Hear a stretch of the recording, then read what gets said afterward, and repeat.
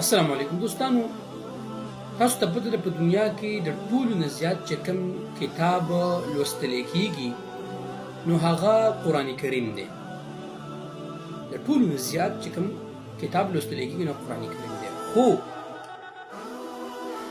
د عقل او د فکر خبره دا ده چې په دنیا کې د ټولو نه زیات چې د کوم کتاب په مقصد باندې خلک نه پوهېږي نو هغه هم قرآن دی.